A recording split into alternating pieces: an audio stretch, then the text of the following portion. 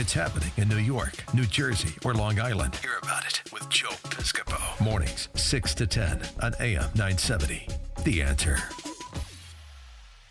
Man in Black, the great Johnny Cash, 728. I was talking to Matthew Mari. Matthew, welcome back to the program, sir. Great to see you here. Thank you. I know how busy you are, Matthew. Appreciate you coming in. Thanks for your tweets. Thanks for your loyalty to the morning show. And thanks for coming to Lorenzo's and seeing me do Johnny Cash, right? Now, you're a Johnny Cash fan, brother. It was great. I'm a Johnny Cash fan. And, as an Italian-American, not many other Italians love Johnny Cash. I know. And I'm a big Sinatra fan. I saw Frank 22 times. No, you did not. Yes, no, 22, you did not. Exactly. Who got your tickets? Louis Dome got me to see him at Las Vegas. Do you know, Matthew, and you're listening now, and I say this with the greatest of affection, and how proud I am as an Italian-American on all that Italians have achieved.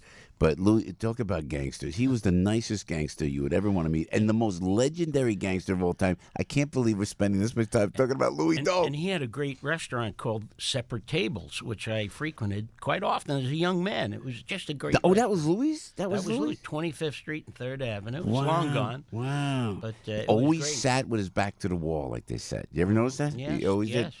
But you represented some of these guys. Is it true that the gangsters back in the day had more respect than some of the gangsters today? Well, let's put it this way. Everything has diminished over the course of time. And I would say, the police department isn't what it used to be. The church isn't what it used to be. Man. Nothing's what it used to be. We're just a society in decline. Every aspect. Well, I have to, though, tell you, what the NYPD is doing, what the New Jersey State Troopers are doing, and the police around the world are doing, these are the folks that are still the men and women there. So, and the military, too. That's for sure. So we always appreciate the cops, always appreciate the military in that regard. Plus, all the police being killed now. What the heck is going on? What's going on? It's terrible. And to think that there are people who just are actively against the police and are trying to blame the police for doing their job. Eventually, we're going to have a society where the police are just going to have to back up and be afraid to do anything, afraid to protect people. Matthew, thanks for not texting me right before I went on. Thanks for not asking me anything when I texted Frank. I couldn't get in. Every time I go to do an appearance or something, I will invariably get texts saying, "I'm outside," and I don't know who it is or what the text is. Like I was like, "All right, let me tell the band to hold up. Let me tell everybody. Let's tell all the tech guys and all. Let me just wash from my mind the show that I have to do, and let me take care of you who's outside. You didn't text me. Thanks for that. I didn't even know you were there, man." Yeah, I was there banging, scratching on the wall. Thank you. We appreciate it. Pounding on the glass. No, it was, and it's a great, beautiful room, as you know, over at Lorenzo's. Hey, all right. Yeah, I'm talking about today. Yeah, I couldn't get in here. Lorenzo's was great. Because, you know why? The station. You didn't ask for the security guard to see his book that he wrote. That's exactly what that was about. Hey, Matthew, what has the president indicated about the possible infiltration of his campaign by the FBI? This is monumental and epic. It's so ironic that when Donald Trump, almost a year ago, talked about his campaign being infiltrated, about being bugged. Of course, Donald Trump has a way of speech that is kind of, it's hyperbole, and it's difficult to really put your finger on it, but it turns out that it's all true. The campaign was infiltrated by an FBI operative.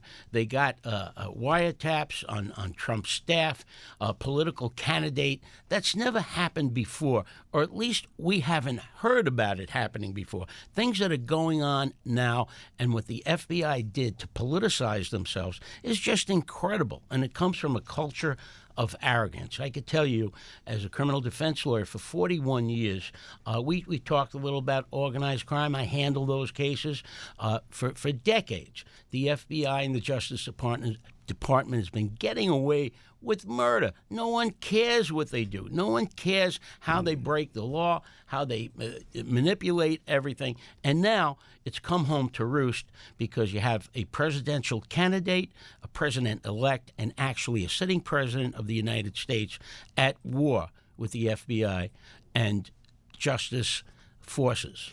Take it a step further. If indeed something like this happened and the DOJ, and that's what they do. But if President Obama said, let me go and let's check out this guy and utilize someone in law enforcement to investigate a candidate, President Obama's got to testify. This could be an absolute bloodbath. Absolutely. And people are going to think it's rhetoric from Donald J. Trump. But Donald Trump, he doesn't throw out the rhetoric. He must have something that he knows, the president, yes? I think it's imperative. This morning I heard something on the news that 17 congressmen are asking for a special prosecutor. Yeah. And let's face the fact, Attorney General Jeff Sessions was an integral part of President Trump's campaign. And if he starts investigating these people, the opponents of Donald Trump who broke the law, those people and their supporters are going to say it's political prosecution.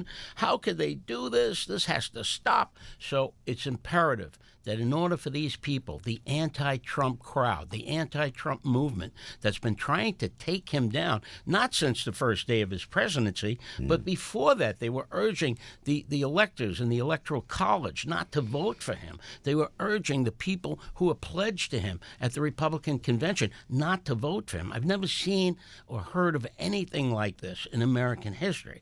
So we need a special prosecutor to look in, not just to Hillary Clinton, but to into James Comey, into Attorney General Loretta Lynch, and maybe the trail even leads to President Obama, which I would hate to see. Wow, and who's this alleged FBI informant, Stefan Halper? Yeah, I've been reading about him. Apparently he's a professor and has contacts with the intelligence community and was posing as a potential Trump supporter. So he gets himself in the door, and, it's classic entrapment. Yeah, now Roger Stone, our buddy, comes on the show. He could be facing indictment. I don't know what. That's all you hear. Roger Stone could be facing indictment. It has nothing to do with Russian collusion. How are they getting away with all this?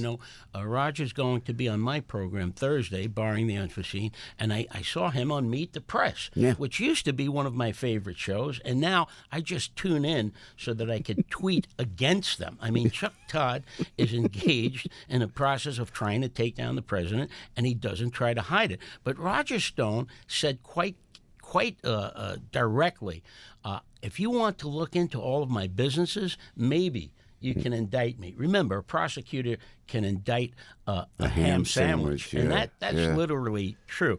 But Roger said they're not going to find anything about me, collusion with Russia, obstruction of justice, or anything like that. And that goes double for Donald Trump. Yeah, and that's what's happening with Paul Manafort. That's what's happening with General Flynn. There's nothing there. People forget that Paul Manafort was the campaign chairman for Donald Trump for only 2 months, and he was actually the convention chairman.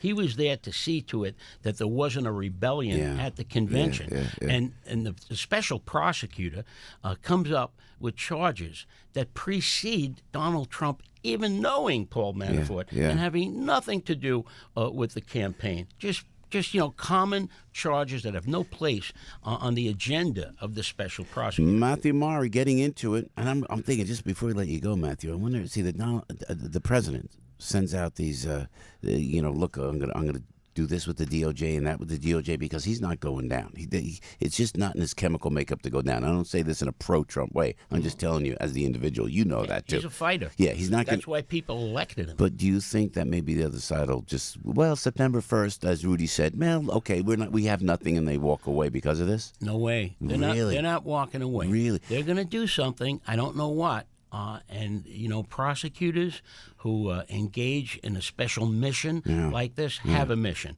and the mission is not to walk away empty-handed. So we're gonna have to brace ourselves for some surprises. As a lawyer, I can't. But listen, what this does to the country, Matthew. Then the president will go after somebody in the DOJ, and somebody will be found liable for trying to investigate a candidate. And President Obama will be at a hearing, a Senate hearing. This mess is far from over. Whoa. And I don't think this country's had this much trouble since the Civil War. Yeah, wow. Mathew Maury, longtime criminal defense attorney, and we appreciate you taking the time. Thanks for your tweets. Thanks for coming to the show, man, Friday. My pleasure. And not tweeting me and asking me me and just showing up and having a great and time. Your son brother. was great. How about no Mikey? kidding. I mean, really, he stole the show. He came out. I know. I went back. I went, whoa! I felt the star power from my boy, and we appreciate it. Good God to bless see you, you. brother. Thank you, man. Everybody knows this guy. Now, everybody knows he can do a radio show. Joe Piscopo. Mornings, 6 to 10 on AM 970. The Answer.